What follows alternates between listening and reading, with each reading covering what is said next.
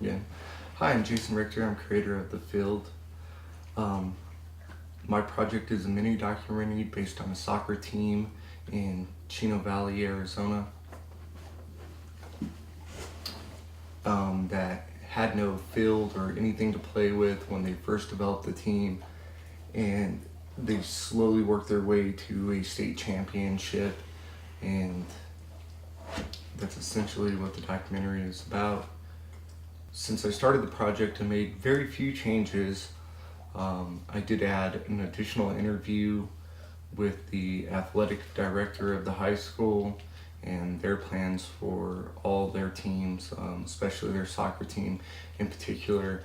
Uh, I changed some of the questions that I was going to ask, hopefully in anticipation of a better response, or a response that tells the story a little bit better than what my initial questions would. No real equipment changes. I did have some schedule changes. Instead of shooting it in 1 to 2 days, it's going to be shot over 3 days. So that's about the only thing really changing. It's going to be 2 half days and 1 whole day instead of 2 whole days, just so we can fit a couple different interviews in. The target audience that we're going after is obviously sports fans, soccer fans in particular, anybody who enjoys the underdog story. We're trying to shoot it more like a HBO real sports documentary, and that audience is indeed our target audience, who we think that it should be for.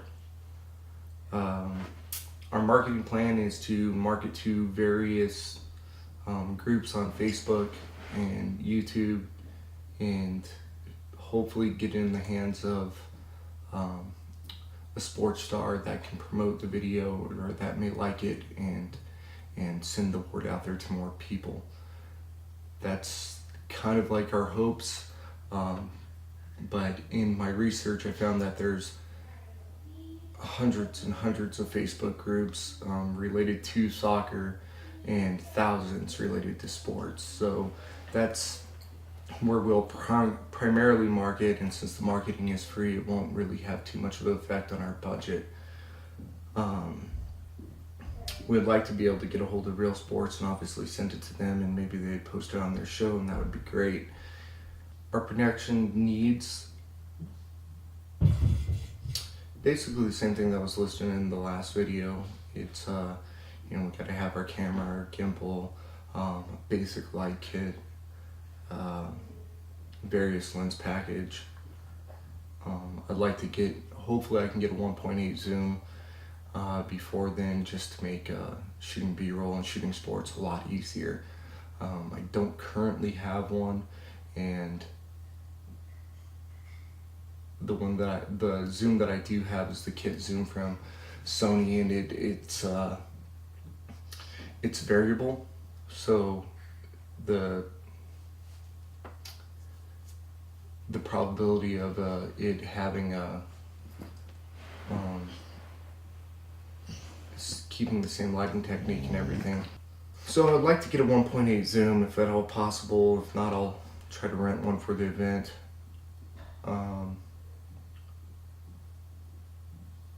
To summarize my management, I would say, I value anybody that wants to help me do the project. So getting somebody that's going to come in and give me their time for free and work for me for free is greatly beneficial.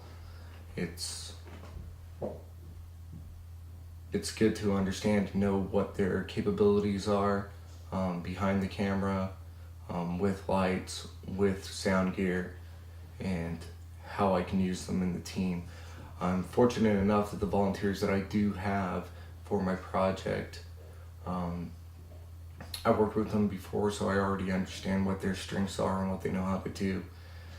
And that's going to ease the burden, having been around them before. The main thing that I've learned this month, I would have to say, is organization, and just trying to keep everything together and making the phone calls to the school and convincing them to let me shoot it at the school has been a real positive. Just going through that learning experience and having to get people to want to hear what you have to say, you know, and taking the time to listen to you. And I got a lot of no's actually before the school actually said okay. But I think where they actually did say okay is they came in contact with the current coach. Name escapes my mind right now, I don't have it sitting in front of me, but the current coach must have talked to somebody, because I got an email reply back to me saying that, yeah, we'll let you use our gym facility to shoot it, and yes, you can shoot on our soccer field and various things. So I think making contact with the coaches and the players and everyone else outside of the school helped entice the school to want me to be allowed to do that. So that was the biggest thing that I've learned is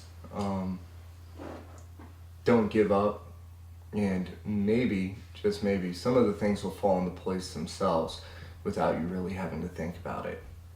So that was a good one. And the other thing that I realized is that, granted, all my equipment is free, you know, that I'm actually shooting it for free because we don't really have a budget. But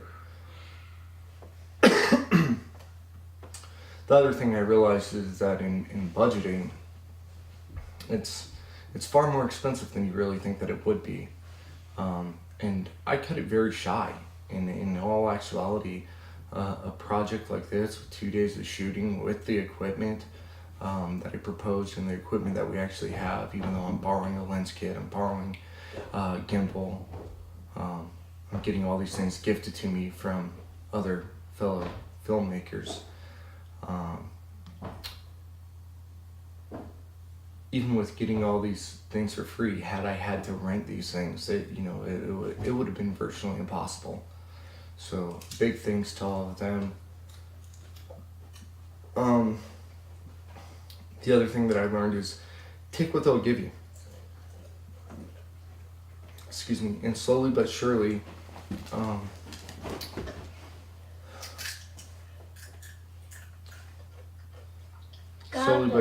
everything else falls into place. Got some of this. Thank you.